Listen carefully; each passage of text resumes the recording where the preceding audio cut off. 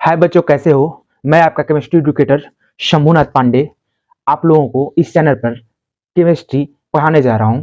आप लोग इस सेशन को please please please like share subscribe कर दीजिए, चैनल को सब्सक्राइब कर दीजिए। और ये सेशन इंपॉर्टेंट होने वाला है बीपीएससी टीआरई 4 के एस्पिरेंट्स के लिए, बिहार स्टेट के एस्पिरेंट्स के लिए और बोर्ड के बच्चों के लिए। तो ध्यान से इस सेशन को आप लोग सुनिए, ठीक है।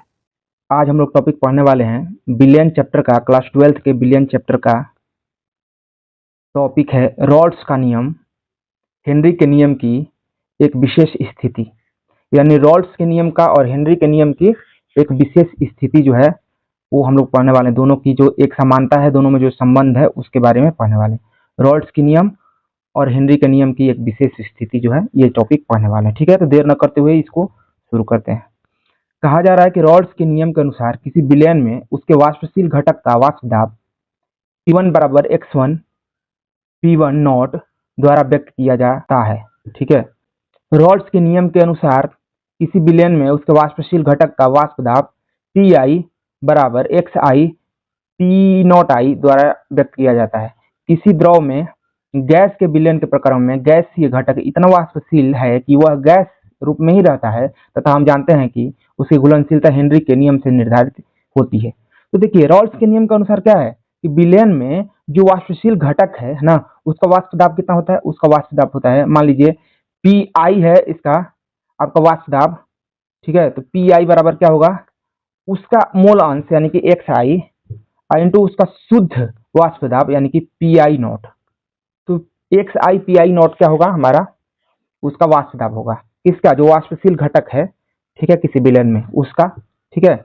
और किसी द्रव में गैस के विलयन के प्रकरण में गैसीय घटक इतना वाष्पशील है कि वह गैस रूप में ही रहता है तथा हम जानते हैं कि उसकी घुलनशीलता हेनरी के नियम से निर्धारित की जाती है। और वैसे ही कोई द्रव में गैस के विलयन जो है वो घुलाया हुआ है, मतलब कोई द्रव है, मान लीजिए द्रव है, यहाँ वाटर है, इसमें गैसीय विलयन घुलाया गया है, जैसे मान लीजिए HCl है, गैसीय घुलाया गया है, ठीक है। तो ऐसे केस में जो गैसीय घटक है वो इतना वाष्पशील है कि वह गैस रूप में ही रहता है। मान लीजिए पानी भी लिए हम लोग, मान लीजिए इसमें HCl गैस घुला दिए, तो HCl अंदर पानी में थोड़ा भी नहीं घुला है, सारा का सारा ऊपर बैठा हुआ है, सारा का सारा ऊपर है, ठीक है।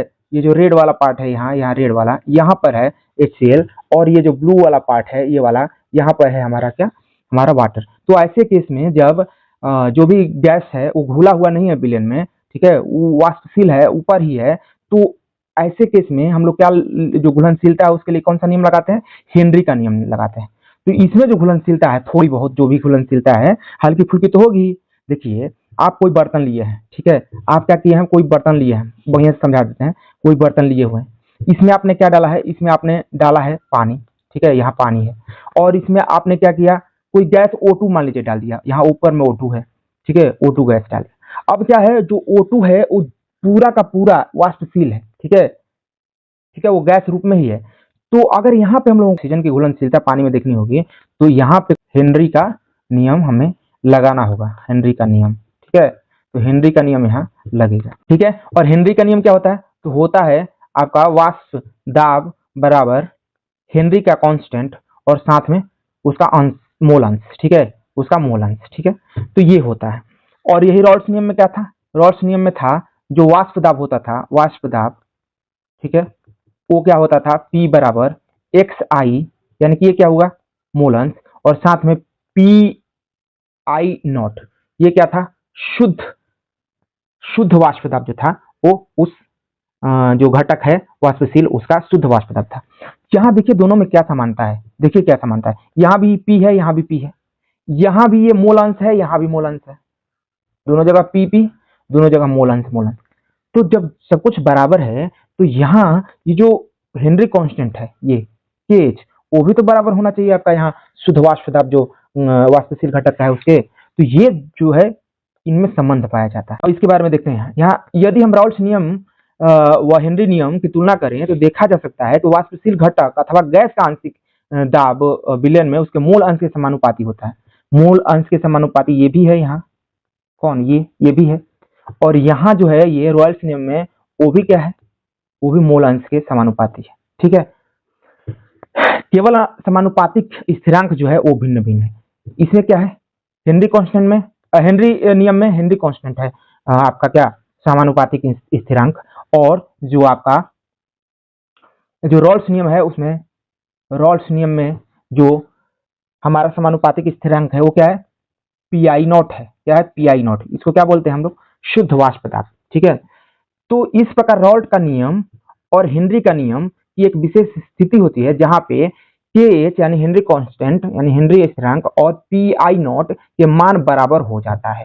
तो यही चीज हम लोग पढ़ रहे थे कि हेनरी कांस्टेंट और जो रॉल्ट्स का कांस्टेंट है यानी कि पी आई नॉट यानी कि शुद्ध वाष्प दाब, वो दोनों बराबर होते हैं। ठीक है, तो ये चीज हम लोग समझ गए। अब आगे बढ़ते हैं। ठीक है, तो यहाँ देखिए आगे बढ़ते हैं। तो यहाँ दिया हुआ ठोस पदार्थों का द्रव में विलयन एवं उनका वाष्प दाब। ठोस पदार्थों को द्रव में घुलाया जा रहा है। देखिए यहाँ पे ये क्या है, द्रव है, इसमें पूरा क्या है, द्रव है, और इसमें घुलाया क्या जा रहा है, तो घुलाया जा रहा है ठोस पदार्थ, ये सब ठोस है। ठीक है, तो इनके बारे में हम लोग को समझना है। तो यहाँ कहा जा रहा है कि विलयनों का एक अलग महत्वपूर्ण वर्ग द्रव में घुले हुए ठोस पदार्थों का है। एक और विलयन होता है, ठीक है, जिसमें द्रव में ठोस को घुलाया जाता है।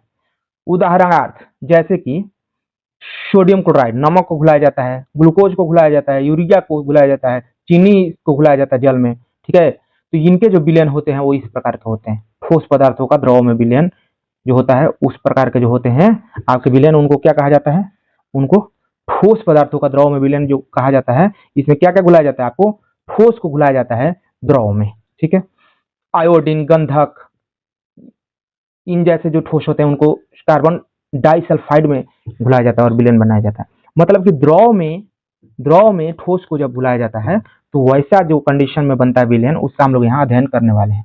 ठीक है, तो एक कार्बन डाइसल्फाइड होता है, इसमें भी घुलाया जाता है। आप क्या घुला सकते हैं, आयोडीन घुला सकते हैं, उसमें गंधक घुला सकते हैं, जो दोनों ठोस होते हैं और अधातु होते हैं। ठीक है, अब यहाँ देखिए इन विलयनों के कुछ भौतिक गुण शुद्ध विलायकों से बिल्कुल अलग होते हैं। अब ये जो विलयन होते हैं, विलयन बनने के बाद कुछ अलग ही गुण दिखाते हैं, अगर शुद्ध अवस्था में कुछ अलग ही गुण दिखाते हैं। ठीक है, शुद्ध अवस्था में ये जो है विलायक, जैसे पानी है या आपका कार्बन डाइसल्फाइड है, ये विलायक जो है शुद्ध अवस्था में अलग व्यवहार दिखाते हैं, अलग गुण दिखाते हैं, और विलयन के रूप में अलग गुण दिखाते हैं। ठीक है, जैसे उदाहरण के लिए वाष्प दाब, किसी दिए गए ताप पर द्रव वाष्पित होता है तथा साम्य अवस्था पर द्रव की वाष्प का द्रव प्रवस्था पर डाला गया दाब उस द्रव का वाष्प दाब कहलाता है। जैसे कि आपका उदाहरण में आप वाष्प दाब ले लीजिए, तो जब किसी निश्चित ताप पर द्रव वाष्पित होता है, मान लीजिए यहाँ पानी है और एक निश्चित ताप पर मान लीजिए 50 डिग्री सेंटीग्रेड पे ये वाष्पित हो रहा है, मतलब ऊपर आ रहा है। ठीक है, और उस केस में जब साम्य अवस्था बन जाएगी, यहाँ पानी में वाष्प का घुलने का दर और पानी से वाष्प बनने का दर जब बराबर हो जाता है तो उसको क्या कहते हैं, साम्य अवस्था कहते हैं। द्रव की वाष्प का साम्य अवस्था, और द्रव प्रवस्था पर वही जो होता है वाष्प ऊपर में ये दबाव डालता है। मतलब ये था पानी, एक निश्चित तापमान 50 डिग्री सेंटीग्रेड पे ये उड़ के वाष्प बन के यहाँ आ गया। ठीक है, अब ये जो वाष्प बन के आ गया वो एक जब साम्यावस्था इसकी उत्पन्न हो जाएगी, जब जल से वाष्प बनने की दर और वाष्प से जल बनने की दर जो है वो विलयन में वो बराबर हो जाएगी, तो वैसे हालत में ये जो वाष्प है जल के ऊपर में, ये वाष्प दाब कहलाएगा। किसका, आपका इस पूरे विलयन का। और इस विलयन के ऊपर ये वाष्प दाब जो है वो धक्का लगाएगा। ठीक है, दाब लगाएगा जो पानी नीचे अंदर में है या इसमें जो घुला हुआ चीज है उस पर। ठीक है, और इसी को हम लोग क्या कहते हैं, इसी को हम लोग कहते हैं द्रव का वाष्प दाब कहते हैं। ठीक है, तो ये द्रव का वाष्प दाब होता है। ठीक है, क्योंकि पहले तो ये द्रव था, अब ये उड़ उड़ के जो है वाष्प बन के यहाँ आ गया है, तो भाप भी जो है वो द्रव ही का वाष्प दाब है, तो इसीलिए इसको वाष्प दाब, जो ऊपर में वाष्प होता है उसका वाष्प दाब को क्या कहते हैं, द्रव का वाष्प दाब कहते हैं। ठीक है, शुद्ध द्रवों की सारी सतह द्रव के अणुओं द्वारा घिरी रहती है। जो शुद्ध द्रव होते हैं उनकी सभी जो सतह होती है पूरी की पूरी, अगर ये पूरा जो है आपका शुद्ध द्रव है तो ये पूरी की पूरी जो ऊपर वाली सतह है वो किससे घिरी होगी, द्रव से घिरी होगी।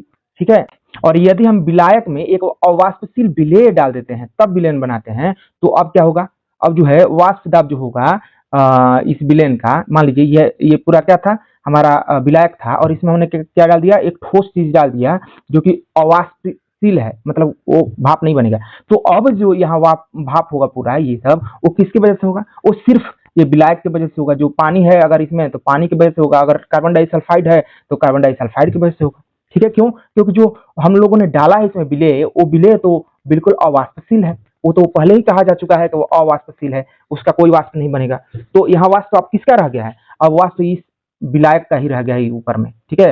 ये ऊपर में जो है सिर्फ विलायक का वाष्प रह गया है यहाँ, ठीक है, क्योंकि इसमें ठोस जो मिलाया गया है विलेय वो अवाष्पशील है, ठीक है। इस वजह से विलयन का यह वाष्प दाब शुद्ध विलायक के वाष्प दाब से कम होता है। अब ध्यान दीजिएगा, बात ऐसी है कि पहले सिर्फ विलायक था और ये वाष्पशील था, तो विलायक जो था वो क्या था? वाष्पशील था, तो उसका काफी मात्रा जो है वाष्प के रूप में भी होगा। लेकिन जब इसमें हमने लोगों ने क्या कर दिया, इसमें डाल दिया अवाष्पशील विलेय, जब डाल दिया तो अब ये जो सतह है ये ऊपर वाला, यहाँ पे पहले जो था जब अवाष्पशील विलेय नहीं डाला गया था तो विलायक था और विलायक वाष्पशील था, तो ये पूरा सतह किसका था? विलायक का था। और यहाँ से सतह पर से ये विलायक के कण उड़ के वाष्प बनाते थे। लेकिन अब अवाष्पशील जो है डाल दिया गया है विलेय, तो ये कण जो अवाष्पशील विलेय है उसका भी कण यहाँ आ गया है। तो अब ये जो कण है ये तो अवाष्पशील है विलेय के, तो ये विलायक के कण यहाँ कम हो गए। क्यों? क्योंकि पहले विलायक के ही सिर्फ थे, लेकिन अब साथ में अवाष्पशील जो विलेय है उसका भी कण आ गया है, तो ये कम हो गए विलायक के। तो अब विलायक पहले जितना वाष्प के रूप में होता था वो ज्यादा था ऊपर, उतना अब नहीं बनेगा, अब कम बनेगा। इसलिए शुद्ध अवस्था में जो विलायक का हमारा क्या था? वाष्प दाब, वो ज्यादा होगा ये विलयन बनने के बाद, जिसमें अवाष्पशील विलेय मिला दिया गया है। तो अवाष्पशील विलेय को विलायक में मिलाने के बाद नया विलयन बनेगा, उसका वाष्प दाब कम होगा किसके तुलना में? आपके शुद्ध विलायक के तुलना में, ठीक है। इसके बाद आगे बढ़ते हैं। विलयन की सतह पर विलेय और विलायक दोनों के अणु उपस्थित रहते हैं। हाँ, तो अब तो दोनों के अणु आ गए, तो इस वजह से क्या होगा? ये विलायक के कण जो है उड़ नहीं पाएंगे और उनका जो वाष्प दाब है वो कम हो जाएगा, ठीक है। यहाँ कहा जा रहा है कि विलायक के वाष्प दाब में कमी विलयन में उपस्थित अवाष्पशील विलेय की मात्रा पर निर्भर करती है। मतलब विलायक का जो वाष्प दाब होता है उसमें जो कमी होती है वो किसकी वजह से होती है? वो विलेय की मात्रा की वजह से होती है। ज्यादा मात्रा में आप इसमें डाल देंगे बर्तन में विलेय, तो विलेय तो अवाष्पशील है, तो कण जो है उसके वो यहाँ ऊपर भी आ जाएंगे और वो रोकेंगे विलायक के कण को यहाँ से ऊपर वाष्प के रूप में जाने से, इसलिए और ज्यादा कम हो जाएगा विलायक की वजह से जो वाष्प दाब बन रहा था ऊपर में इस बर्तन के, तो वाष्प दाब और कम हो जाएगा, ठीक है। तो इसी वजह से जितना ज्यादा हम लोग अवाष्पशील विलेय को विलयन में मिलाते जाएंगे उतना उसका वाष्प दाब जो है वो कम होता जाएगा उस विलयन का, ठीक है। और ये जो है उसकी प्रकृति पर निर्भर नहीं करेगा, किसके? विलेय के। अब भाई विलेय जो है पूरा ठोस ही है, ठोस है तो अवाष्पशील ही है, अवाष्पशील विलेय है, तो अब चाहे वो यूरिया हो या फिर नमक हो या फिर ग्लूकोज, उससे क्या फर्क पड़ने वाला?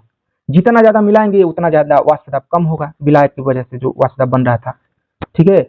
और कम मिलाएंगे तो कम जो प्रभाव होगा वो होगा, ठीक है। तो वाष्प दाब पर कम प्रभाव होगा जब कम मिलाएंगे हम लोग विलेय को, और ज्यादा मिलाएंगे तो ज्यादा प्रभाव होगा, ठीक है। उदाहरण के लिए 1 kg जल में अगर 1 मोल सुक्रोज को मिलाने पर जल के वाष्प दाब में कमी लगभग वही होती है, ठीक है, जो 1 मोल यूरिया को जल की उसी मात्रा में उसी ताप पर मिलाने से होती है। मतलब 1 किलो जल में आप 1 मोल सुक्रोज मिलाइए या 1 मोल यूरिया मिलाइए, दोनों की वजह से जो वाष्प दाब में कमी होती है वो लगभग बराबर होती है। रॉल्स के नियम को सामान्यतः इस प्रकार व्यक्त किया जाता है, किसी विलयन के प्रत्येक वाष्पशील अवयव का आंशिक वाष्प दाब इसके मूल अंश के समानुपाती होता है, ठीक है। तो जो राउल्ट्स नियम है उसको इस तरीके से बताया जाता है कि किसी विलयन के प्रत्येक वाष्पशील अवयव का आंशिक वाष्प दाब इसके मूल अंश के समानुपाती होता है। मतलब कोई भी विलयन है और उसमें वाष्पशील अगर अवयव हैं, ठीक है, 1 हो, 2 हो, 4 हो, तो उनकी वजह से, ठीक है, जो वाष्प दाब होगा, आंशिक वाष्प दाब होगा, वो उनके मूल अंश के समानुपाती होगा। विलयन के प्रत्येक जो वाष्पशील अवयव है उसका जो आंशिक वाष्प दाब होगा, मान लीजिए अवयव 1 का आपको आंशिक वाष्प दाब निकालना है, तो उसकी किसके समानुपाती होगा? अवयव 1 के मूल अंश के समानुपाती होगा। मान लीजिए इसमें 4 कुल मिलाए गए हैं वाष्पशील अवयव, ठीक है, जो 1 है, 2 है और 3 और 4 है, ठीक है। तो चारों के समानुपाती उनका जो आंशिक वाष्प दाब होगा वो होगा। तो 1 का जो है आंशिक वाष्प दाब वो 1 के मूल अंश के समानुपाती होगा, ठीक है। और जो 2 का जो आंशिक वाष्प दाब है वो 2 के मूल अंश के समानुपाती होगा। जो 3 का आपका आंशिक वाष्प दाब है वो 3 के मूल अंश के समानुपाती होगा। जो 4 का आंशिक वाष्प दाब है वो 4 के मूल अंश के, ठीक है, समानुपाती होगा। तो इन सबके समानुपाती होंगे ये, ठीक है। तो यही चीज यहाँ दिया गया है राउल्ट्स नियम, ठीक है। राउल्ट्स नियम के अनुसार यही होगा कि विलयन में जितने वाष्पशील अवयव हैं उनके प्रत्येक के जो आंशिक वाष्प दाब है वो प्रत्येक के मूल अंश के समानुपाती होंगे। अब हम द्विअंगी विलयन में विलायक को 1 और विलेय को 2 से व्यक्त करते हैं। ठीक है, अब एक द्विअंगी विलयन है, उसमें हम लोग मानते हैं कि विलायक जो है वो 1 है। ठीक है, और जो विलेय है, जो घुलाया गया वो 2 है। जब विलेय अवाष्पशील है तो केवल विलायक के ही अणु जो है वो वाष्पावस्था में होंगे। क्यों? क्योंकि जो विलेय है वो तो अवाष्पशील है, तो उसके अणु तो उड़ेंगे नहीं, उसके अणु तो हवा बनेंगे नहीं, तो बनेंगे किसके? केवल विलायक के। ठीक है, तो यहाँ पे ये चीज होगा कि द्विअंगी विलयन में अगर एक को विलायक ले लेते हैं और दूसरे को विलेय ले लेते हैं, विलेय जो है वो अवाष्पशील लिया जाता है, तो केवल विलायक के अणु ही वाष्प अवस्था में होते हैं। ठीक है, और वाष्प दाब का कारण भी सिर्फ विलायक के अणु ही होते हैं। यदि P1 विलायक का वाष्प दाब है, ठीक है, और X1 इसका मूल अंश है, ठीक है, और P1 नॉट इसकी शुद्ध अवस्था में वाष्प दाब है, तो आपका राउल्ट्स नियम क्या हो जाएगा? तो राउल्ट्स नियम हो जाएगा ये आपका आंशिक वाष्प दाब जो है विलायक का वो समानुपाती हो जाएगा उसके आपके विलायक के मूल अंश के समानुपाती। ठीक है, और जब ये समानुपाती का चिन्ह हटाएंगे यहाँ से तो क्या होगा? तो जो आंशिक वाष्प दाब है विलायक का वो हो जाएगा विलायक के मूल अंश और विलायक के शुद्ध अवस्था में वाष्प दाब के गुणनफल के रूप में। ठीक है, तो यहाँ पे क्या है हमारा कि जो आंशिक वाष्प दाब था किसका? विलायक का, वो समानुपाती किसके हो गया? तो विलायक के मूल अंश के समानुपाती, और समानुपाती के जब चिन्ह हटाया तो क्या आ गया? यहाँ आ गया विलायक का शुद्ध वाष्प दाब। ठीक है, शुद्ध अवस्था में वाष्प दाब। तो ये जो है अब आंशिक वाष्प दाब जो है विलायक का वो हो गया, विलायक के आंशिक वाष्प दाब बराबर हो गया आपका उसका मूल अंश गुणे उसका शुद्ध अवस्था में वाष्प दाब। ठीक है, तो ये चीज होता है राउल्ट्स नियम, यही होता है राउल्ट्स नियम। क्या होता है? आंशिक वाष्प दाब बराबर उस अवयव का मूल अंश गुणे उस अवयव का शुद्ध अवस्था में वाष्प दाब। ठीक है, तो ये होता है राउल्ट्स नियम। ठीक है, तो ये चीज हम लोग सीख ली। अब है कि समानुपाती स्थिरांक शुद्ध विलायक के वाष्प दाब P1 नॉट के बराबर होता है। जो समानुपाती स्थिरांक होता है यहाँ कौन सा? ये वाला, यही तो था हमारा आंशिक वाष्प दाब बराबर। तो समानुपाती स्थिरांक जो होता है शुद्ध विलायक के वाष्प दाब P1 नॉट के बराबर होता है, इसके बराबर होता है। विलायक के वाष्प दाब व मूल अंश प्रभाज्य के मध्य खींचा गया आलेख भी जो होता है वो कैसा होता है? रेखीय होता है। तो विलायक के वाष्प दाब व मूल अंश प्रभाज्य के मध्य खींचा गया आलेख रेखीय होता है। तो देखिए यहाँ इधर वाष्प दाब है, इधर मूल अंश बह रहा है, तो मूल अंश जब 0 था तो यहाँ पर आपका क्या था? वाष्प दाब 0 था, और जैसे जैसे आपका मूल बढ़ता जा रहा है वैसे वैसे आपका वाष्प दाब भी बढ़ता जा रहा है। ठीक है, वाष्प दाब जो है बढ़ता जा रहा है, और वाष्प दाब मैक्सिमम क्या हो सकता है? तो हमको पता है कि उस विलायक का जो शुद्ध वाष्प अवस्था में जो उसका वाष्प दाब होगा वही तो उसका मैक्सिमम वाष्प दाब होगा, अधिकतम वाष्प दाब। क्यों? क्योंकि कोई भी विलायक उतना ही वाष्पशील हो सकता है जितना वो शुद्ध अवस्था में हो सकता है, क्योंकि उसमें कुछ और आप मिक्स कर देंगे, कोई और अवाष्पशील विलेय मिक्स कर देंगे उस विलायक में, तब तो उसका और भी घट जाएगा वाष्प दाब। ठीक है, तो मैक्सिमम वाष्प दाब कब होगा? जब वो ज्यादा शुद्ध होते जाएगा। कौन? विलायक जब ज्यादा शुद्ध होते जाएगा तो उस टाइम पे उसका वाष्प दाब ज्यादा होते जाएगा, और जब एकदम शुद्ध हो जाएगा तो उसका वाष्प दाब एकदम हाई हो जाएगा। ठीक है, तो विलायक का जो शुद्ध वाष्प दाब होता है, ठीक है, वो मैक्सिमम कितना हो सकता है? P1 नॉट के बराबर। ठीक है, और जो कम हो सकता है वो 0 हो सकता है। जब बहुत ज्यादा आप डाल देंगे अवाष्पशील विलेय, ठीक है, और थोड़ा सा विलायक रहेगा तो उस टाइम पे उसका 0 हो जाएगा वाष्प दाब, और वाष्प दाब उसका मैक्सिमम कब होगा? जब उसमें बहुत कम अवाष्पशील विलेय रहेगा या विलेय रहेगा ही नहीं, तो उस टाइम पे उसमें सबसे ज्यादा अधिकतम उसका वाष्प दाब होगा। ठीक है, तो उसी को यहाँ दिया हुआ है। यदि कोई विलयन सभी सांद्रताओं के लिए राउल्ट्स नियम का पालन करता है तो उसका वाष्प दाब एक सरल रेखा में शून्य से शुद्ध विलायक के वाष्प दाब तक बढ़ता जाता है।